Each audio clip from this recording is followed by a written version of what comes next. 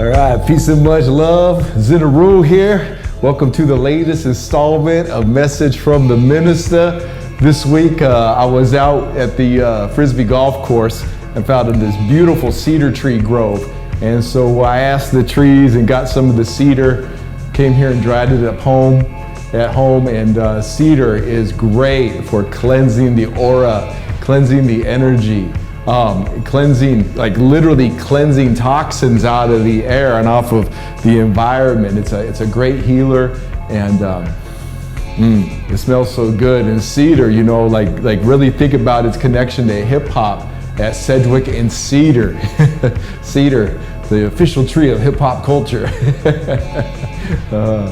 Yeah, just feel that. Let that bless that room. You know, we're all here across all time and space. We're all here together in this time, in this space. And this week's message from the minister is integrity is longevity. Integrity is longevity. And what's wonderful about a cedar tree is it's an evergreen tree. It stays green all year round. It doesn't drop its leaves, and it does drop it. It drops its cedar leaves while new ones are growing, but it's green all year round. It's got many medicinal benefits, and they're just beautiful to look at. And the oxygen and the smell of cedar. Cedar's very soft. When for a while there, I was out living in the mountains for about 6 months. And I had to heat my home with firewood, right? I had to chop that firewood.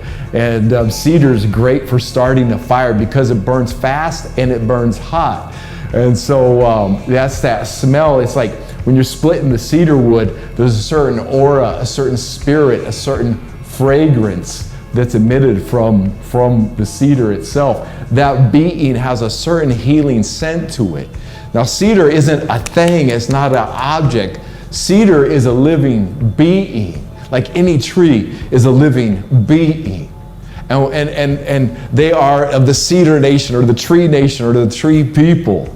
And I'll get to the message in a minute, but last week I was watching the Lord of the Rings series, J.R. Tolkien's Lord of the Rings.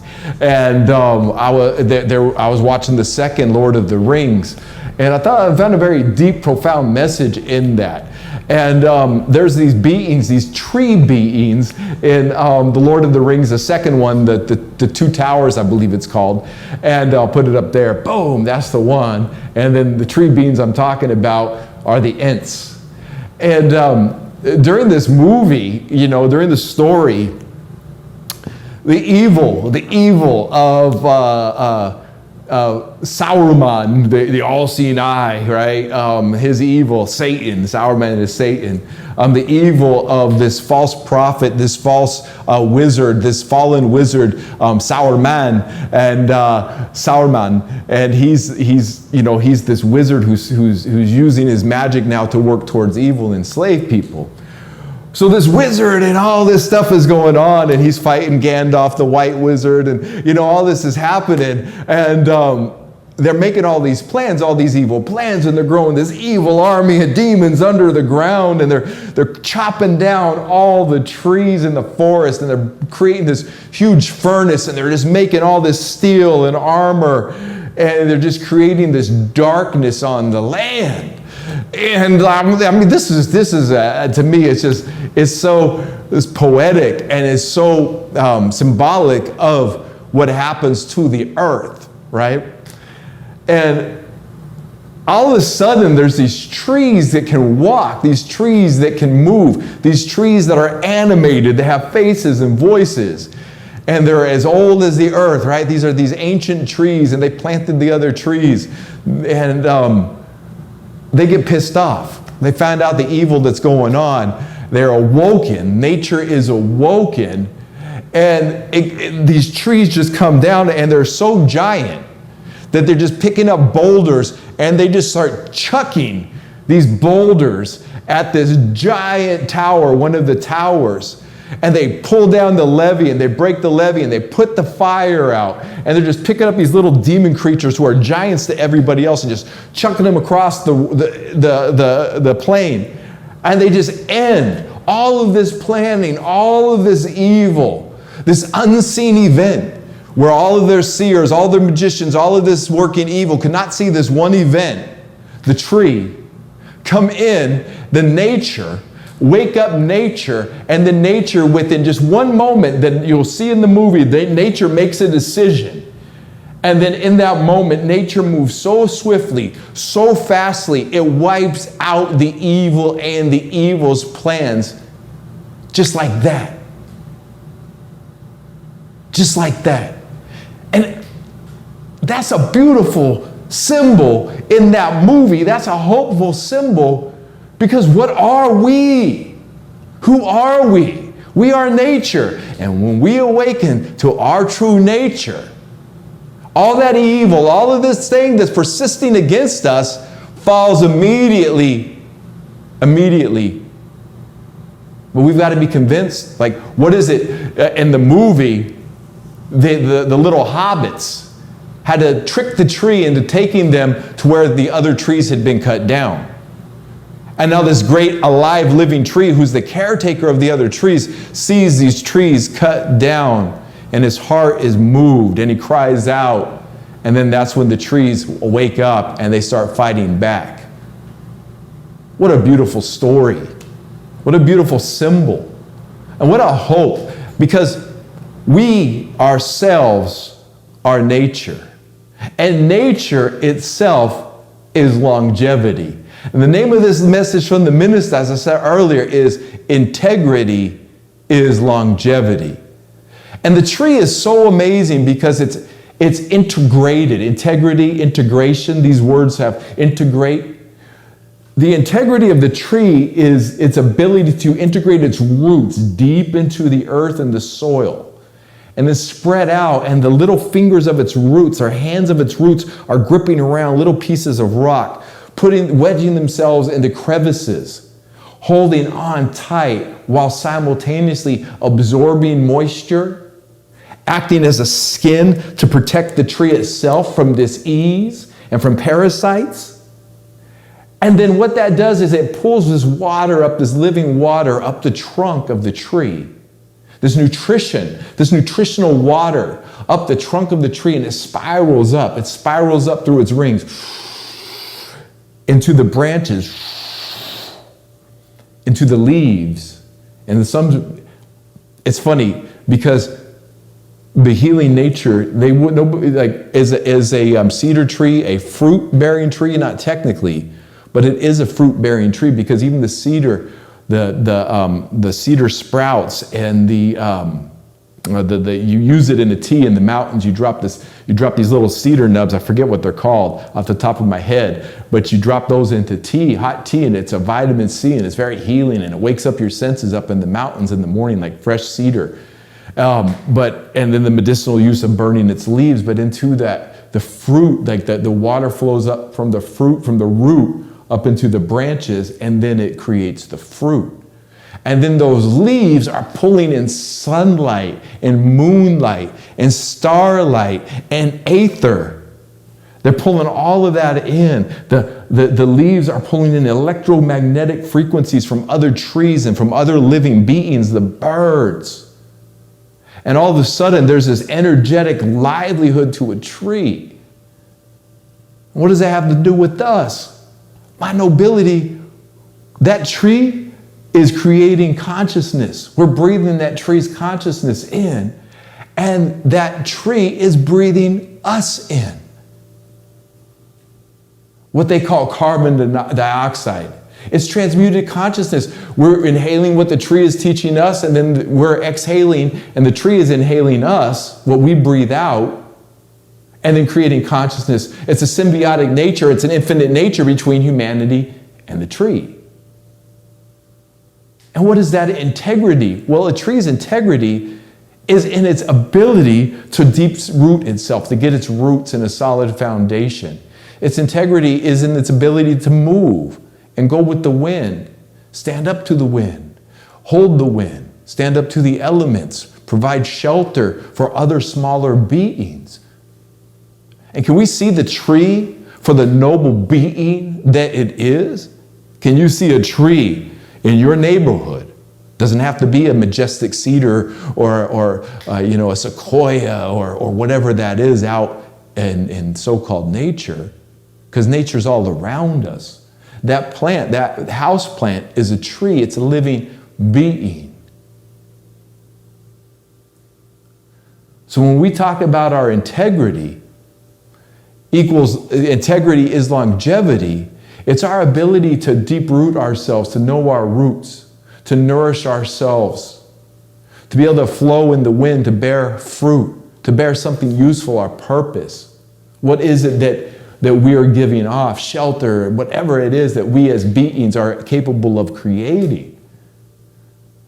So much of modern day spirituality is focused on, well, it's not spirituality, but what's being associated with spirituality is something that really came back in the 80s. They used to call the 80s the me generation. Around the mid-90s, that was a term going around was, oh yeah, back in the 80s, that was the me generation. Me first, me first, me first. And it very much was like that. It's all about me first. It's the me first, But then that slipped into now what people call modern day spirituality is this me first. And not even just me first, but me first and me only. And I'm not talking about, this is very important to understand this distinction here.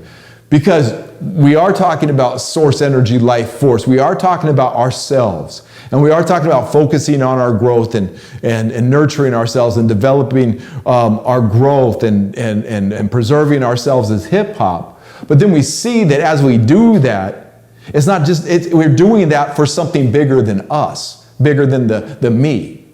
It's the we. Turn that M upside down and it becomes we.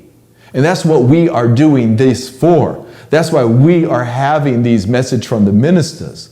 That's why we have a gospel of hip hop. That's why we have a hip hop declaration of peace. That's why when we say hip hop, we know what we are talking about. And a lot of this modern is shutting people off from their blessings, the relationships, these things that they long for, because they're not moving beyond me first and me only and me. Because that is the idea of a colonizer mind. You cannot have community with me. We can only have community with we. Community, we. We are the community. And let's get real truthful with this. Let's look at this truth here. That tree is part of the community as well. How are we going to have a community that rewards the sacrifices of our ancestors for us even being here and being alive right now? And those who came before us and our Creator. How are we even going to have a community if we don't recognize what they recognize, what God recognized, what our ancestors recognized? The trees and animals and plants and rocks and earth is a living being. The sun is a being. The moon is a being. The stars are beings. The air that we breathe is a being. Moisture, water is a being of immense, unfathomable intelligence. And we are a collection of these intelligences. We are a collection of these beings. And these beings have been here forever. Why? Because they have integrity. And integrity is longevity. Forever. Forever and ever. Water always exists. Water will always exist. It's eternal. Water is forever. Eternal being. This quartz is forever. Eternal being. This air is forever. Eternal being. This consciousness that we are is eternal being.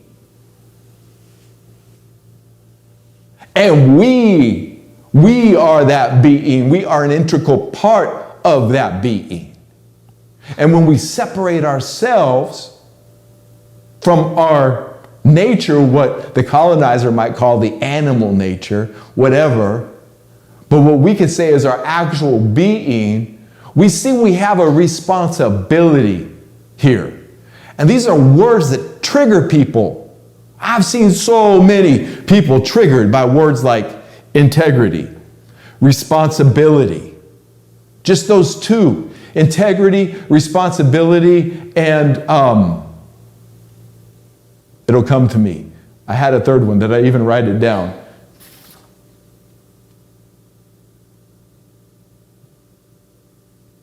I'll remember it. But let's just look at those two words, integrity and responsibility. People don't want to be responsible anymore for the words that they say. And not nobody wants to be responsible for the words that they say, but that's what they're conditioning people to not be responsible. How do they do that? Because people aren't responsible for their actions in society. The government, starting with them. Go to religion. They blame the devil. Wasn't that like in the Holy Bible, Adam and Eve? The sin wasn't the eating of the fruit. Yeah, that was the mistake. That was the crossing the line. That was that. But the real sin was when she said, the devil made me do it. That was the fall. It wasn't it was the lie that came afterwards. It was the excuse afterwards that got him kicked out of the garden. Got her kicked out of the garden. It wasn't me. It was the horn. It was the devil. It was the other guy. It made me do it. Made me do it. You know? And then Jesus, the new Adam, faced that same temptation in the desert without Eve there. Faced the same temptation. And God said, or Satan said to Jesus, I'll give you the world if you bow before me. And Jesus said, thou shalt not tempt thy Lord thy God. And he stayed in his center. He stayed in his Christ nature. And the devil continued to tempt. The devil left. The devil said, I will give you the world if you bow before me. And Jesus, that's why Jesus is the Christ. And that's why we have these examples going back in time and history. You know, Minister Simone has a great acronym for BLAME. And I'll put it up here on the screen. BLAME. Because looking at me ain't easy. You know, people get stuck in their feelings and they think that somehow their actions are justified because of the way they're feeling.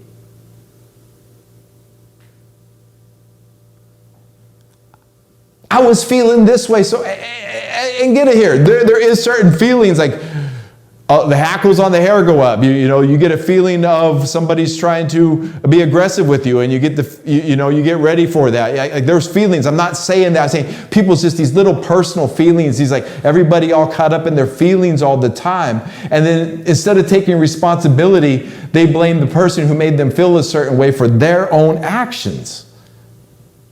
And people will not take responsibility for their actions. Like, that responsibility is huge. That's our ability to respond. If we don't take responsibility on our day-to-day things, when it really matters most, and we pass the buck, that's how society's falling apart right now. And those in the future who are watching this, it's a lack of integrity, but it's really the integrity gets down to people are afraid of responsibility because they want to put the responsibility onto the devil and blame the devil, blame the government, blame television, blame whatever else. But anybody who's real with their spirituality and anybody who's really real with what we can actually create, that God can create through us, has to take personal responsibility for our actions. This is what happens when we become self-aware. This is when we are accountable. That was the other word, accountability. Accountability, responsibility, integrity. Mean what you say what you mean. Integrity as a foundation, like the structural integrity of a car. Like, the structural integrity of a car is going to mean like a solid built car will outlast other cars. That's why cars that have a solid chassis, you want to know how was the chassis built on this car. You want to know about the integrity of the motor. How was this built? Why was it built this way? The integrity of the shock absorbers, all the pieces of the car, the more integrity there is in the car, the more solid it is and the safer it is. Like the structural integrity of this home to withstand, certain payloads of snow on the roof or rain on the foundation.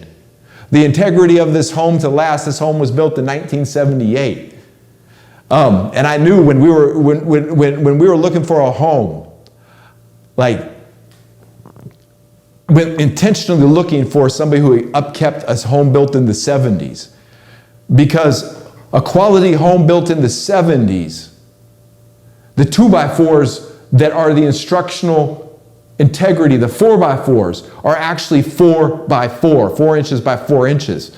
They've gotten smaller over time, the way they measure them. The parameters of measurement has gotten smaller. A 2x4 is smaller. When you go to Home Depot and buy a 2x4, it's much smaller in 2022 than it was in 1978. Much, much smaller. So these homes that were built with this wood and they're preserved longer because it's stronger, it's instructional integrity. And what's wood trees? Can we not forget that we take trees, dry them up, cut them up, chop them up, put them back together, and build the bones of our homes. You're living in, most of you, not everybody, but most of us are living inside of a tree bones. We're living inside the carcass of a tree. We're living inside of a tree. There's wood everywhere. Wood is so beautiful that I'm standing on this flooring that they tried this substance many times in many different ways over the years. Somebody got the bright idea to take this vinyl flooring and just design it to look like pieces of wood, slots of wood. Because we just love the grain of the tree so much that now it's on the floor. Because hardwood floors are beautiful. People want to walk on hardwood floors. They're valuable. And I believe, I believe the trees, through giving us the consciousness, showed us how to build with them. And we are learning, we are when we're in our right nature and the harmonious nature of man and tree it's the most symbiotic relationship on earth. In earth is man and tree. Like the relationship between man and tree. We both share water. See, we both share a lot of different things, but we are dependent upon trees and trees are dependent on us, and we've forgotten that we are dependent upon trees, that trees are dependent upon us, but trees have not forgotten that we are dependent upon them. They're older than we are. They were here before us. They're our original teachers and mentors, and fire is burning trees. They give us everything, food and nourishment and protection and clothing. The fig leaf, remember the first clothing? It wasn't a fig tree, but a fig mint.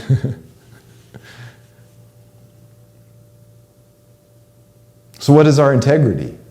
What's the structural integrity of a man or a woman?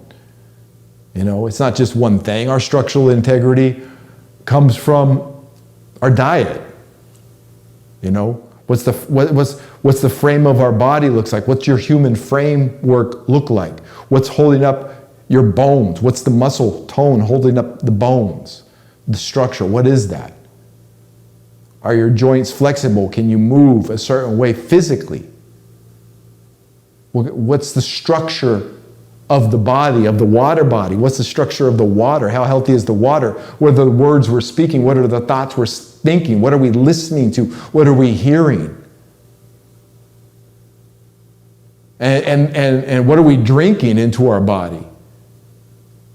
What's that foundational structure of our body? What's the integrity of our physical body, our immune system, our heartbeat, our stomach, our digestion?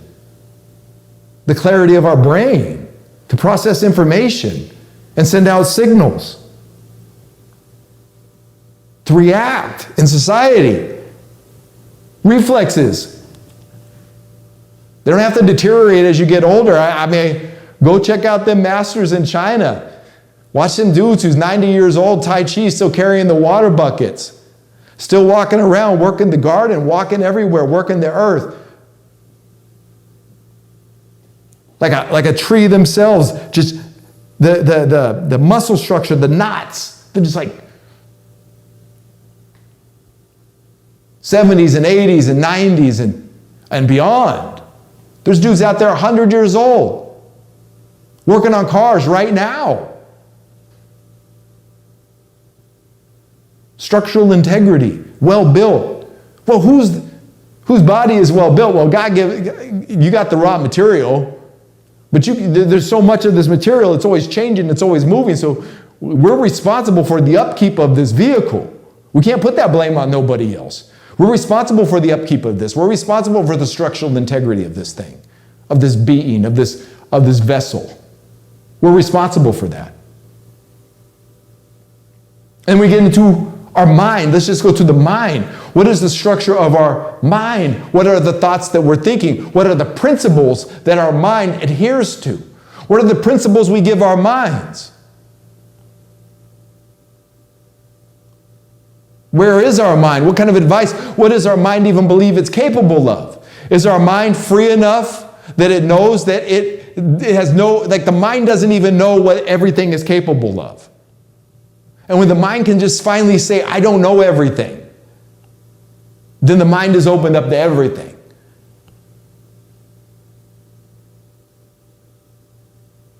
And that's a foundational structural of the mind. Why? Because the mind can say, let's make the foundation pillar health, love, awareness, and wealth. Well, we got 4 pillars now. We can put a roof on that.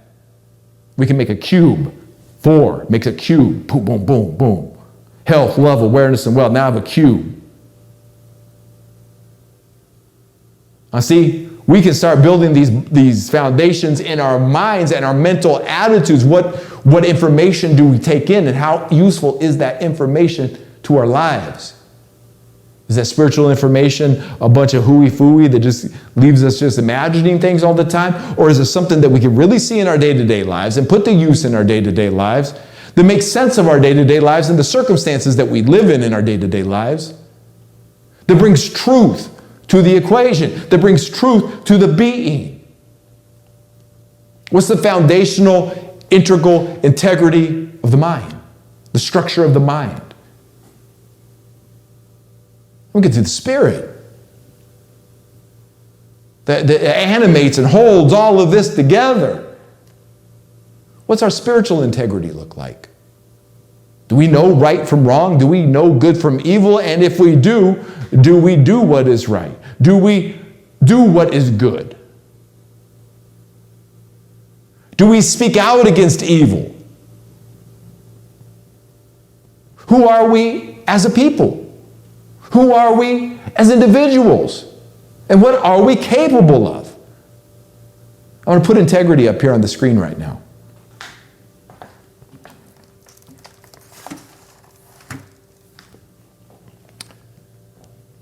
Actually, I take that back. What you see on the screen is something I've been thinking about and meditating on for the last couple weeks. And this is integrity. Because the integrity is to love and accept yourself with who you are right here and right now. I'll tell you right now, God cannot work with blame and denial. God can only work with acceptance. And whether we are proud of where we are right now, whether we are grateful for where we are right now, or whether we are disappointed where we are right now, or even ashamed of where we are right now, we still accept who we are right now so So then God can say and inspire and start and say, this is what I can work with. Self-acceptance. The truth. You see up here, self-acceptance is the main point to the teaching of hip-hop. Peace, love, unity, and safely having fun is the whole point to hip-hop's existence. And this is what a real hip-hop education is all about. Peace, not money, but wealth. Not competitiveness, but unity. Not conformity, but self-acceptance. When you are comfortable with yourself, you learn faster and you live in a state of joy caused by a sense of self-contentment, peace. When you accept yourself as yourself and you know that you become confident in yourself and in your abilities. And this is what created hip hop. Of course, that's written by the teacher right there. That self-acceptance, that's the foundation that these pillars are built on. That's a solid, self-acceptance is as solid as the earth beneath your feet when you are standing. You are not going to sink through that floor. Self-acceptance knows. It's when you know that you know. You become confident. And what is confidence? Is faith in yourself and in your abilities. And this is what created hip-hop. My nobility. What I'm talking about here is not you must change or we must do this or we must do that. Yeah, we know all that. We know all that. But we can accept who we are and where we are right now and then begin moving forward from that. You know, what's the motivation? It's very key here. Put that down for a second. It's very key here to think about what is our motivation towards change. And this is one of those sites where it's just a mindset. See, many people don't like themselves or love themselves or care about themselves, so they want to change and force change. I'm going to go beast mode and I'm going to go grind mode and I'm going to force this change in my life. And that can breed temporary results. I'm not saying that it can't. You'll see that all the time. But it doesn't breed lasting spiritual, mental, and healthy results because the motivation is fear, lack, pain, suffering. I don't like who I am, so I have to change who I am. I'm wretched, I'm worthless, I'm this, and the only way I can become worth something is if I have that, is if I get that, if I get their approval. That's where my value is, the value being based upon what's going on outside. That's not integrity. That's the opposite. Now, integrity is, I accept myself. Self-acceptance is where I'm going to start. Now that I accept myself, you know what? In this self-acceptance, I'm going to accept that this self has some changes this self needs to make. This self needs to tighten up its diet. This self needs to get more exercise. This self that I accept and I love, because I'm created by love, through love, as love. I'm going to accept this self now. And with this self-acceptance, I'm able to work from a place of empowerment, and then the changes in my life just gradually begin to happen. I don't have to go beast mode. As Eddie Jesus said this week, I don't go beast mode, I go God mode. That's when things start happening effortlessly. And that's that integrity right there. You don't have to force things to happen in your life. Yeah, sometimes you got to push. Sometimes you got to work hard. Sometimes, that's all there. But when you're following your purpose, it doesn't feel like that. You know, like I found myself this week. I haven't written. I've written a few verses here and there. I've got some songs to record, but I haven't really this whole all of August and even into July haven't just been juices going on writing an album. I got an album to release. I'm kind of backed up in that way.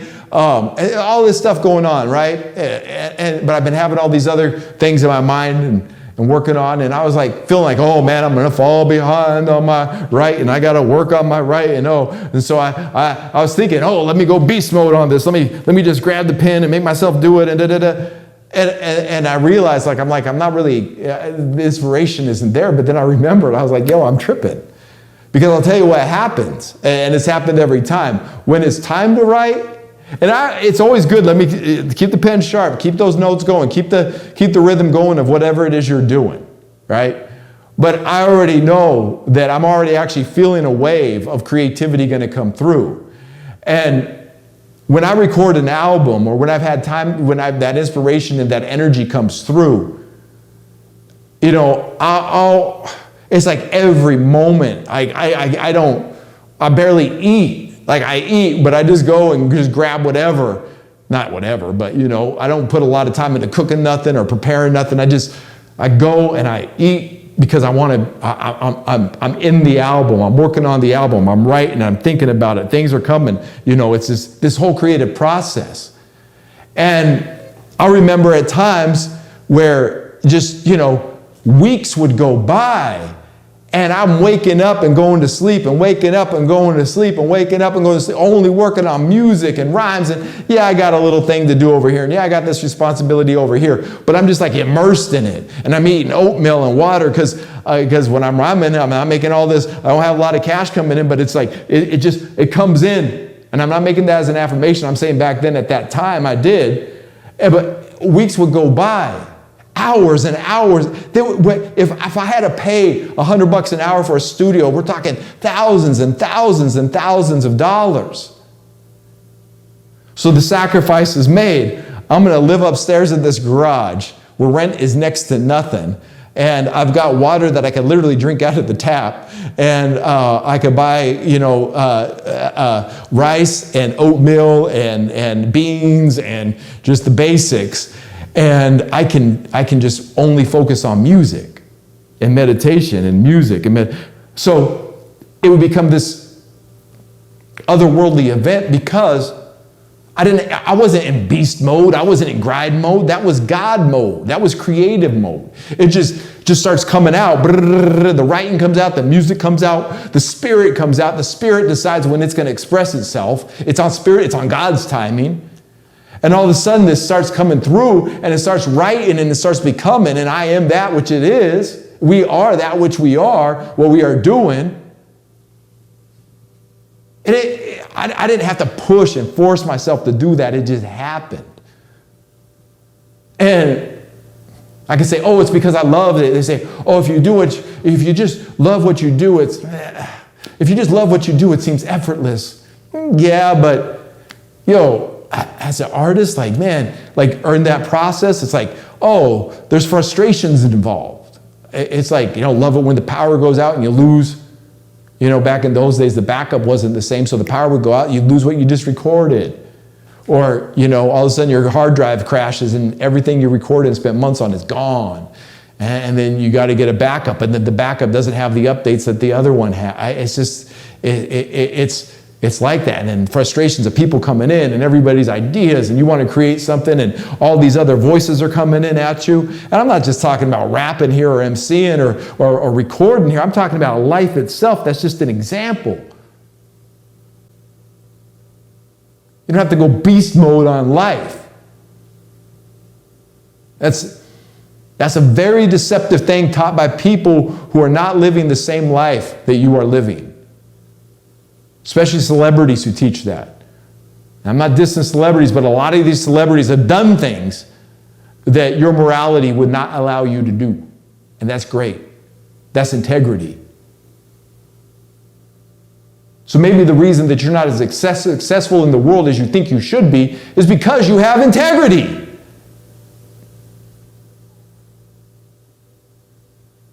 How many people advance to certain things in life because they lack integrity? They're willing to stab the guy in the back.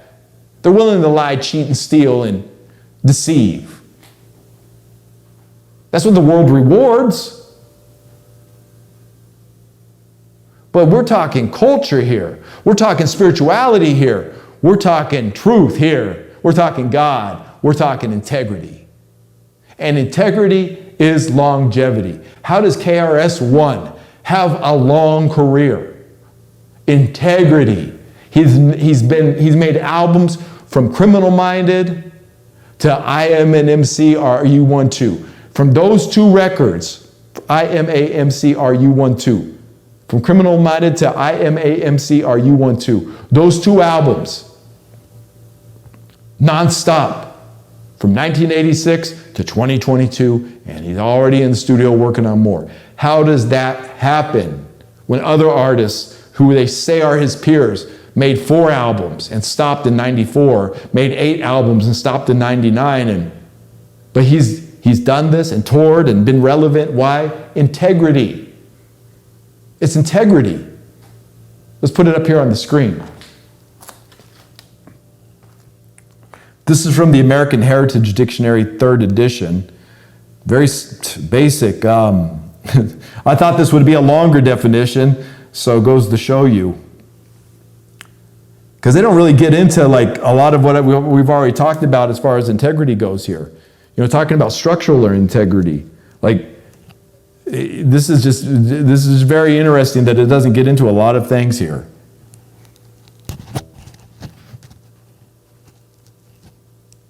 Integrity, steadfast adherence to a strict moral or ethical code.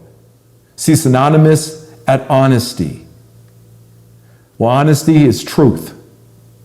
Steadfast adherence to a strict moral and ethical code. Ethics, morality. That's integrity. The divine performance, which we're going to read from later. Integrity. Responsibility. Integrity. Accountability. Integrity.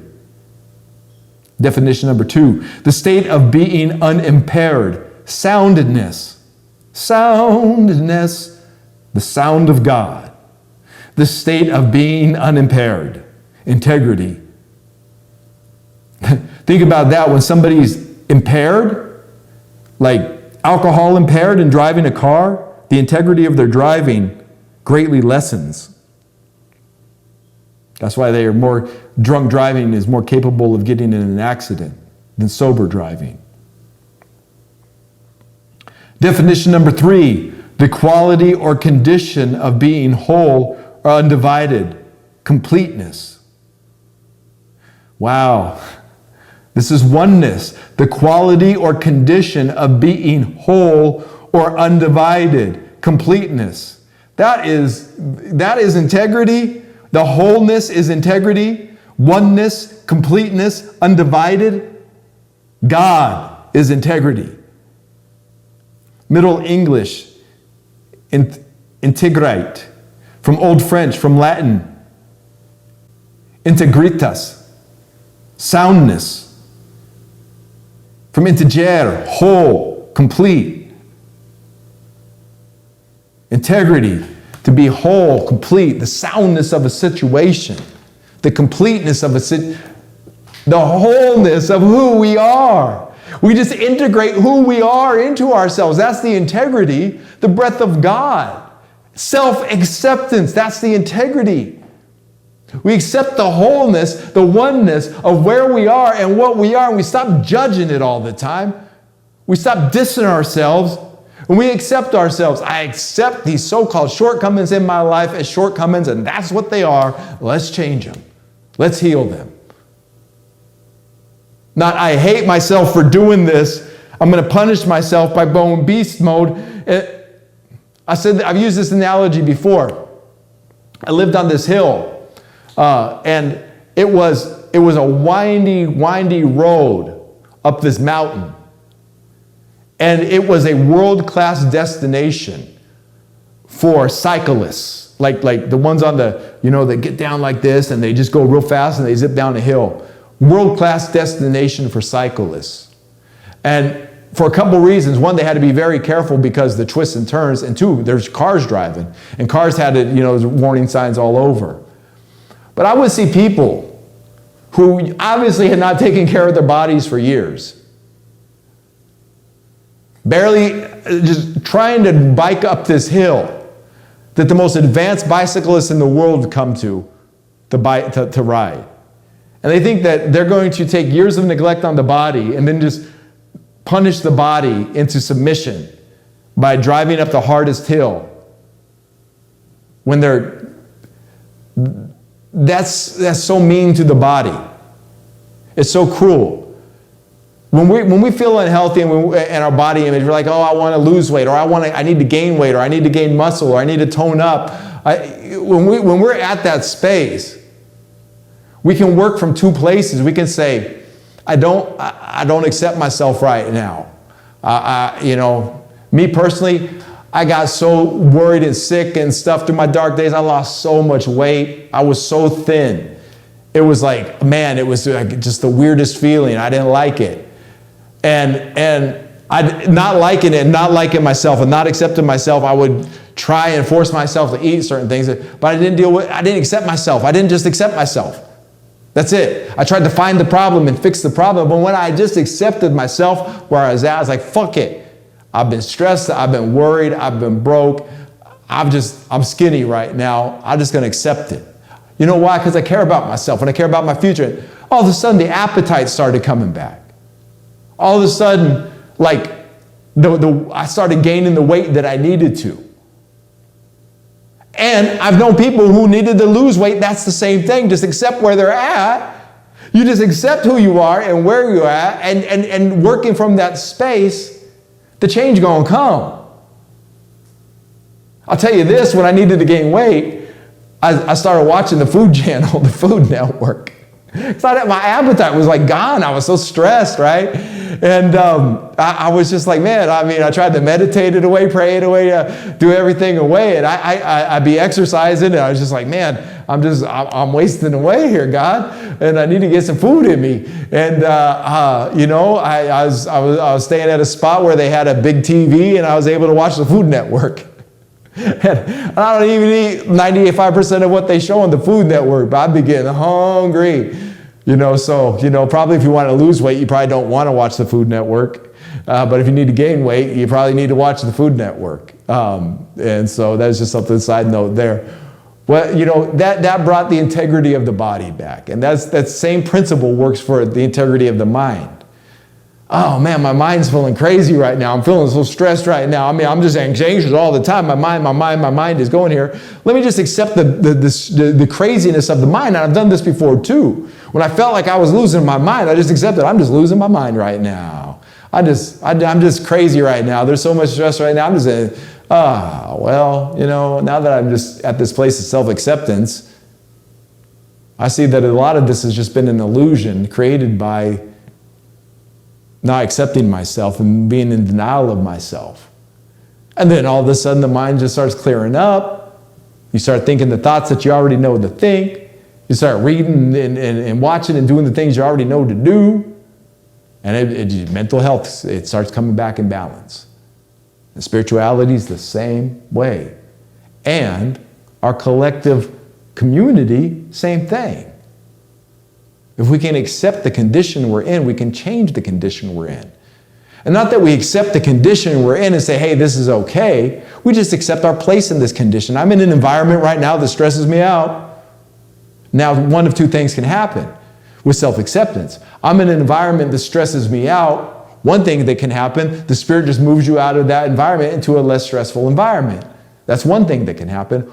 Or you just all of a sudden, the environment that you think is stressing you out, all of a sudden through the self-acceptance, you just realize that, I'm stressing myself out in this environment. I'm tripping over nothing. Actually, this environment's my friend and my companion, and I can interact with this environment and love this environment and be with this environment. And one of those two things can happen. But the common denominator there is self-acceptance. I'm just going to accept I'm in this environment right now, and this environment is stressing me out. And we find out, okay, we need to get you, Spirit's going to be like, I need to get you out of that environment if it's stressing you out.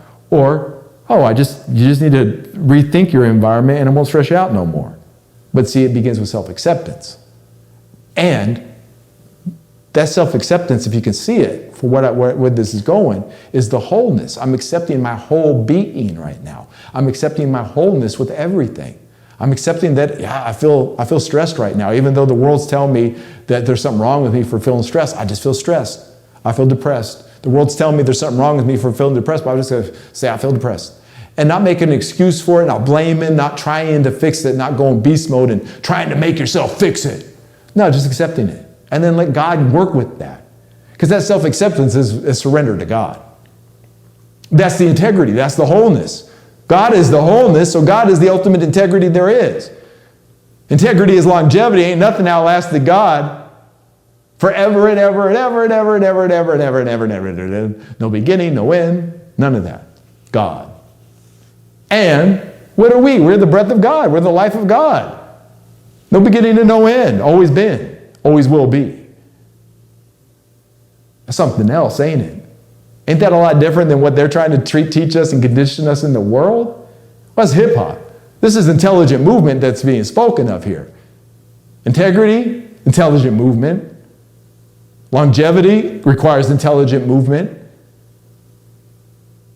Let's read from the Gospel of Hip-Hop here. This is from the third overstanding, the divine performance. And let's see here. Oh, I got to turn the pages here and open it up to the first part of the chapter. You can go ahead and turn to page 23. Page 193, paragraph 23. Page 193, paragraph 23. I want to read the outro of the divine performance because a while back I did almost every divine performance, and we go to the divine performance almost, at least once or twice a month because, when we're talking about foundational integrity here, I'll put the divine performance up here on the screen too. The 18 principles of the divine performance. When we're talking about integrity, when we're talking about strict adherence, to moral and ethical codes, when we're talking about soundness of mind, being unimpaired, when we're talking about the quality or condition of our being, of our completeness, when we're talking about that, we're talking about the divine performance and H-law, but look at this divine performance and remember that these divine performances, it's not just individual performances, this is the divine performance. It's all of it's just one performance. And I'll read down the list, all 18 principles, and then we're going to read the outro of the divine performance. I think it's very important. It's a little longer lesson, and this is just something, one of these ones that I record that I know could be gone back to. All of these lessons can be gone back to. And in the future, those who pick up on these can go back, and that's why they're titled the way they are. God willing, that helps somebody find something useful to put the use in their life. That's all that this is about, is useful information and knowledge that you can put to use in your life today, right now. 18 principles of the divine performance. Perform God. Perform listening. Perform study. Perform discipline. Perform forgiveness. Perform patience. Perform charity. Perform love. Perform faith. Perform overstanding. Perform truth. Perform skill. Perform intelligence. Perform communication. Perform responsibility. Perform action. Perform prayer. Perform hip hop. These are all divine performances. Make these performances your daily habits. Learn them while you are young and teach them to your children. This collective character is the personality of the attuned hip-hopper. The character and personality prescribed in the divine performance offers the true hip-hop activist an empowering code of conduct capable of achieving lasting peace and uninterrupted prosperity. See, that longevity, integrity is longevity. That's achieving lasting peace and uninterrupted prosperity. More importantly, the character presented in the divine performance opens up the realm of the inner city, the kingdom of heaven, the realm of supernatural events and miracles. Although each performance can be used as an individual teaching or meditation, it is all 18 performances that make up the total character of the spiritually attuned hip-hopper. Temple lists who are studied in the divine performance can teach this understanding to others, such a character draws the favor of God. Once we realize how awareness, blessings, and worldly resources come through us and not to us, we are encouraged to give, to help, to love, and to listen. As we look to God for guidance and strength, others look to us. Remember the tree analogy. The tree gives shelter to the birds. Remember the me and the we analogy. Hip-hop is we. This is community. We are the blessing, the answered prayer, the needed assistance in the lives of those that surround us. And this life is not an easy one to achieve or even to maintain at the beginning. At the beginning of such a path, your friends will desert you. Your family will disrespect you. Your place of employment will terminate you. And your school will fail you. You may even wind up houseless. As your new awareness begins to become your new reality, others who do not possess your new awareness will cease to understand you. But hold on. Hold on, my nobility. This is all part of the lesson. This is the empowerment. This is the strengthening. This is what builds the integrity of character. Your closest associates, family included, will show their true natures. Those who didn't like you in the past will like you now, and those who like you now will not like you in the future. However, you must stay focused upon the creation of the new you. This is the time where you must place your interests above everyone else's interests, wants, needs, desires, and fears. This is an act of selfistness, not selfishness, but selfistness. To be selfist simply means to tend to the critical needs of oneself above the temporal needs of others. It is when one takes oneself seriously and stands up for oneself. And remember, this is not selfishness where you think, care, and are concerned only with your own self-interest, regardless of who you hurt in the process. Not at all. See, that's that me first, where people are only interested in their own self-interest, regardless of who they hurt in the process. And you have to keep this in mind, because this information, when taken in the wrong context, can be very damaging to those around us. This knowledge right here requires a mature mind. You have to know your wholeness and the oneness that you exist in, and why it's important to focus on that, what God is wanting to grow you into and what God is wanting to move through you. See, because right here, selfishness still includes a care for others as you care for yourself. However, the difference between being selfish and being selfist has to do with whether you are using people for your own goals and achievements or whether you are using yourself for your own goals and achievements.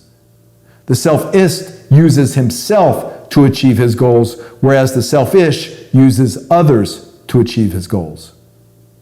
The selfist gets to a point where he simply must gather up all that is generated by his name and work so that he may properly organize his life. The selfist simply needs time to himself, whereas the selfish gets to a point where he must deprive others of his resources in an attempt to have more. The selfist still empathizes and cares for others, but has simply reached a point where he must now care for himself. The selfish cares only for himself. For it is usually the selfishness of others that causes the selfist to withdraw into seclusion. You will learn that those who care little for your spiritual growth have not the capacity to truly care for you. Therefore, cling only to God. Give your heart to God only. Express your deepest thoughts and emotions to God only. Others will only continue to hold you to their own needs and wants. In fact, many spiritual teachers have failed to reach their full potential because they've spent too much time debating, arguing, and trying to convince others of God's love without taking some time to experience such love for themselves. It is known by the wise that no personal time or thought should be given to those who do not respect the truth. They will get it one day. Many spiritual teachers have painfully learned that when they have given up their spiritual lives for the comfort of others who care not for the things of the Spirit, they, the teachers, end up with nothing. They do not gain the Spirit nor the friendship or resources they fortify their spiritual path for. And in the end, the spiritual teacher that has given up the pursuits of perfection for family and friends finds that such family and friends never really cared for the teacher to begin with. They were only looking to secure their own needs and insecurities at the time. Now, my nobility, put that together with what we just read. We just read that the self-ist, when you're on your spiritual path, you can still help the cares and needs of others. It's just you put that spiritual, what God is wanting to work through us first. Don't turn your light down for the sake of everyone around you. Don't stop your spiritual path for the sake of everybody around you, for their comfort. Those who love you will be with you, and I say this through experience.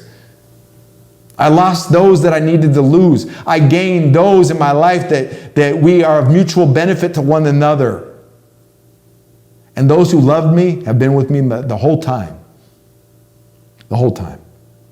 In the end, when you are left unfulfilled and ultimately unhappy in your older years, you will find your own family and friends apologizing to you, saying that you should have stayed on your path and not have listened to them because they were only thinking of themselves at the time. In the present moment, while the argument, debate, and questioning is going on, everyone seems right. This right here is a key, my nobility. Know this. Everyone is a master spiritual teacher expounding upon their wisdom and truths when they are arguing for their interests. However, in the end, it is you who suffers for not having the courage to follow your own heart and vision. Be strong. The question for you, how serious are you about God? How serious are you about the development of your spiritual character? Many millions of people are familiar with the world's spiritual teachings, but fail to actually practice them when the path of life turns turbulent. Many people desire to live in paradise and peace, love, unity, and joy, but in actuality, they really don't believe such states are possible for them. For them, these states of awareness are only words, and this is what makes life difficult for them. They say, I believe in God, until they experience the death of a loved one.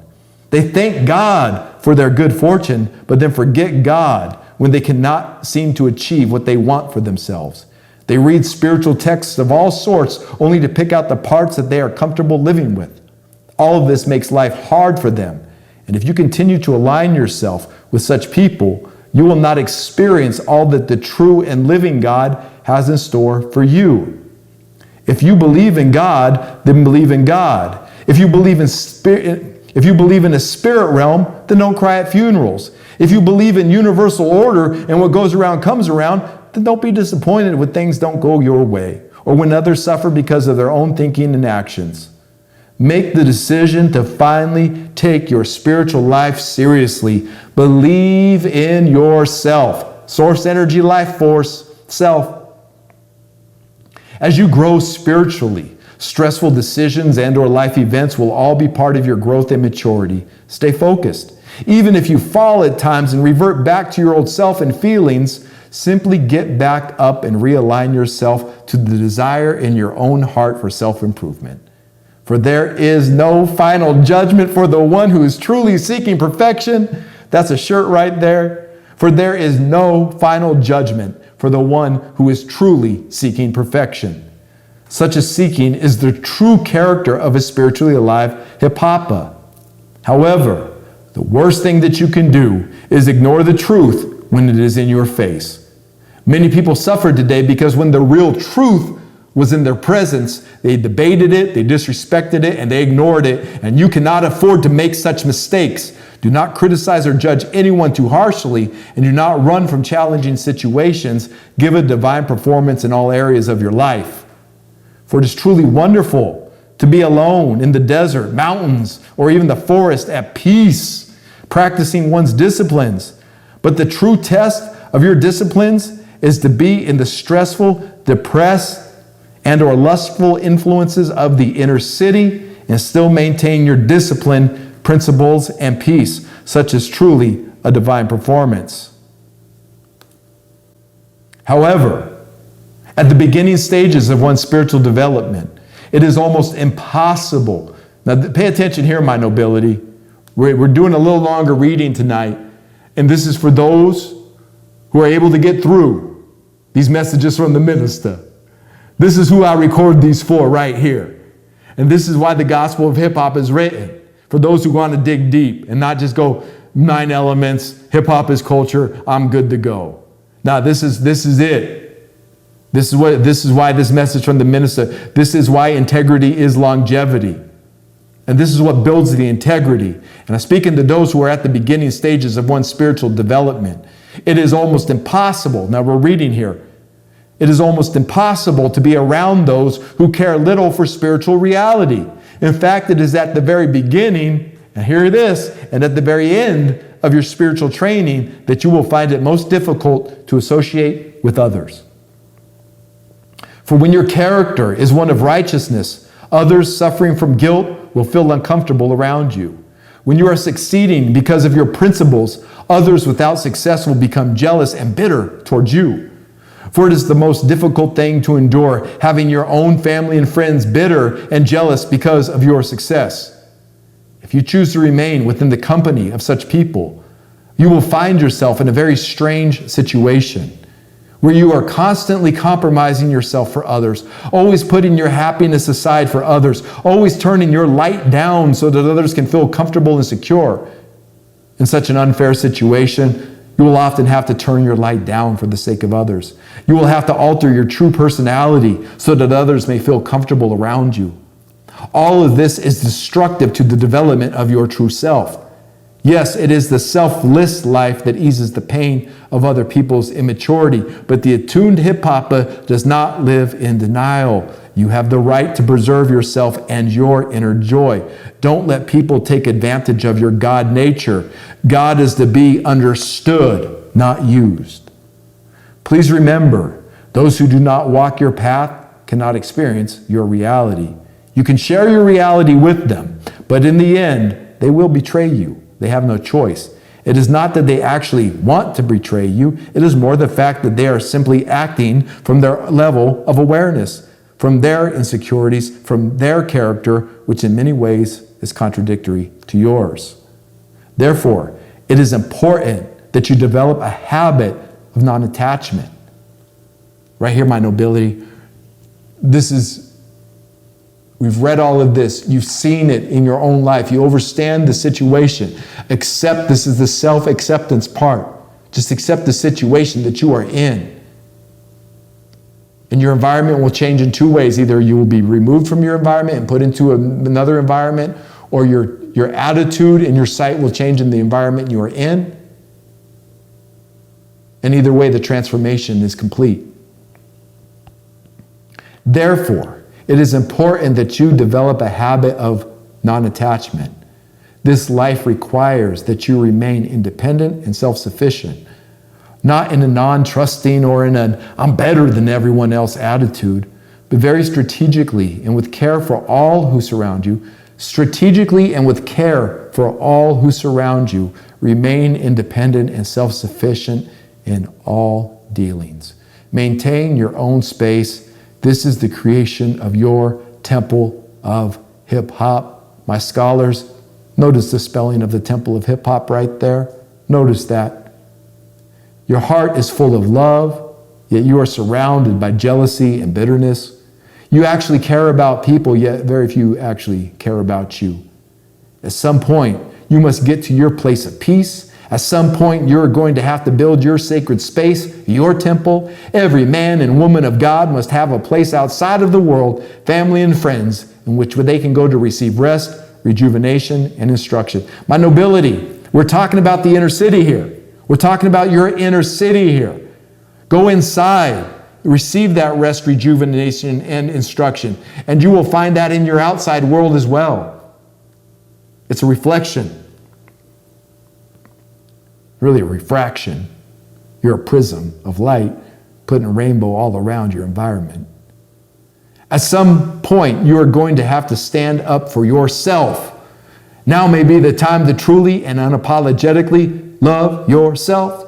If no one around you is willing to truly love you, care for you, and make you happy as you are doing for them, then it is of extreme importance that you take responsibility for yourself and love, care for, and make yourself happy, such as truly your only real purpose in life.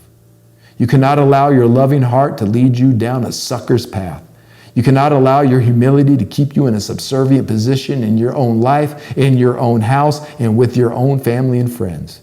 You cannot keep running around, putting out everyone else's fires, neglecting your own burning house. You cannot continue to compromise yourself and expect to be fulfilled in your life. You cannot continue to love those who do not or cannot love you back. These events will destroy you. Get out now.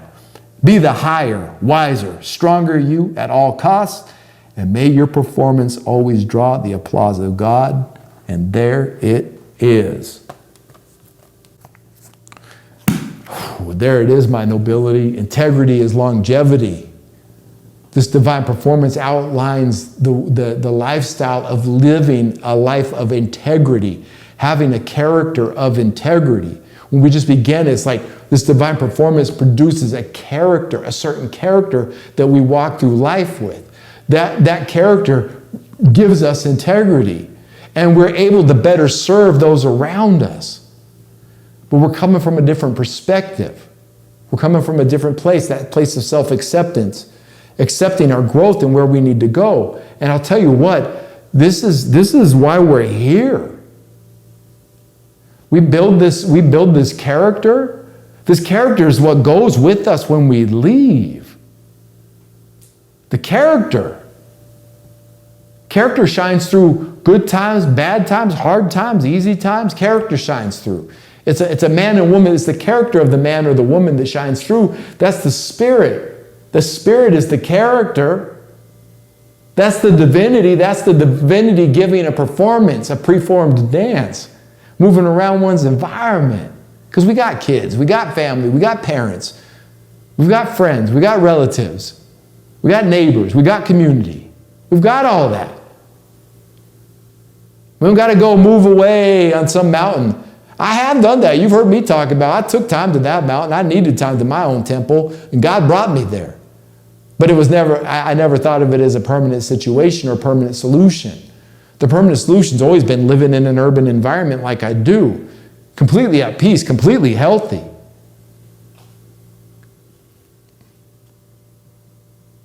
And I'm just like, I'm here, right? I'm here. I've got to rebalance my brain. I've got to check my stress. I've got to take care of things. I got responsibilities to fulfill. We all got that. We all do that. There's no avoiding it. This is our character. But the spiritually attuned hip-hopper who wants to really uplift themselves and their environment and those around them, their community, their children, all of that, walks in a character as an example. And that strength of character gives strength to those in your environment automatically. Automatically. That's how you're teaching the divine performance. If you live in, God, listening, studying, discipline, faith and forgiveness and patience. When we're living those divine performances out, we're patient with others. We perform listening, we're listening to others. We perform communication, we're communicating with others. That's the gift. That's the we. I would say the selfish is about we and what we are doing. And the selfish is about me and what me is doing over there. What are we doing as a community, hip-hop? What are we doing as a temple of hip-hop? What are we doing as individuals? What are we actually doing? It doesn't have to be a life of just slaving away in service to others. You could help, you could be ministering to people when you're out on the basketball court, playing basketball, keeping yourself, playing the game, having fun. But just be able to say the right thing to the right person, is have fun with this. That's what we'll close with. Have fun with this. Very serious lesson tonight, very deep lesson tonight, but at the end of the day, it's all about having fun with it. The uplifting, the strengthening, when we strengthen ourselves, it's fun to be stronger. It's fun to have a mental fortitude. Because we see the challenges of what they are. I'm going to have fun with this challenge now. Watch me overcome this challenge. I'm going to have fun with this challenge. Instead of, oh shit, what am I going to do with this challenge? I'm going to have fun with this challenge. What up, challenge? Yo, you ready to dance? This is my preformed dance challenge. You ready to dance? Challenge? You know? We welcome those challenges because we have integrity. We have the strength to withstand the challenges. And it's just a wonderful thing. It's a wonderful place to be. This is hip-hopia. This is the fifth dimension. This is the kingdom of heaven. This is the mystical inner city. This is who we are and what we were created to be. Integrity. Be integrity. Find your wholeness. Find that space within yourself. Pull that in. Sit down there in meditation. Just say, you know what? I accept myself. I accept all my so-called shortcomings. I accept all my gifts.